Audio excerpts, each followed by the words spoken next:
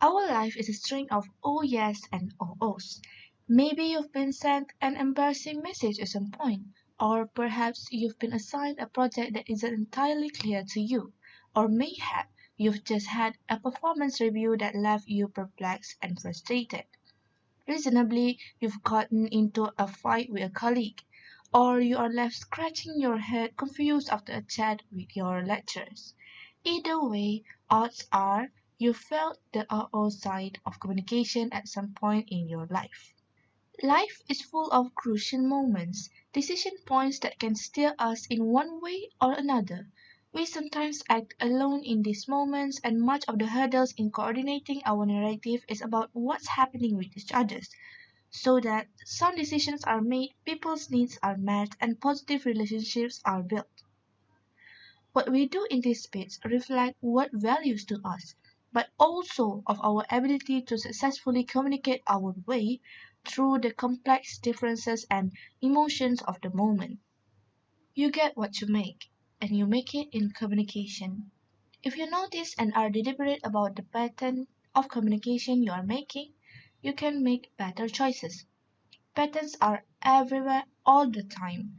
You may remember or even engage in a few of these classics. We do things as we've always done them, but no one questions why. We tiptoe around the real issue because we would rather be polite than honest. Strong ties here are determined by power struggles. I have a question, but I'm anxious that I might unintentionally offend someone. Which brings us to CMM, the Coordinated Management of Meaning. Here we all are, navigating many intersections of daily life and big vital moments. And the mechanism we use to make sense of it all?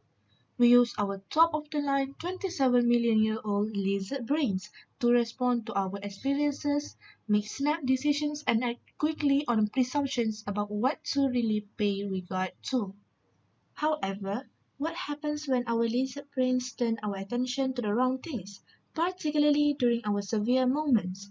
And what if the reflex response, react first, listen later, drives us down a route of taking things personally, feeling weak, condemning others, and missing chances to make the next moment better? The tools of CMM help us open new opportunities to notice how communication is a formative force that makes the patterns we experience.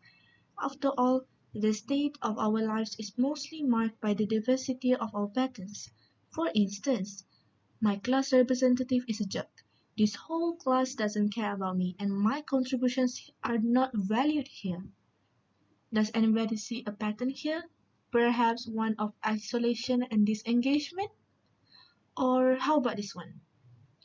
My boyfriend is so egotistical. He never pays attention to my needs, and I can't talk about it because it will just end in a shouting match. We could call this a pattern of frustrating silence. Regardless of the names we give them, the patterns and narrative we live are what translate into our experience. So move over, lizard brain. By using the tools of CMM, we can look at our methods of communication instead of through them to explore these behavioral patterns.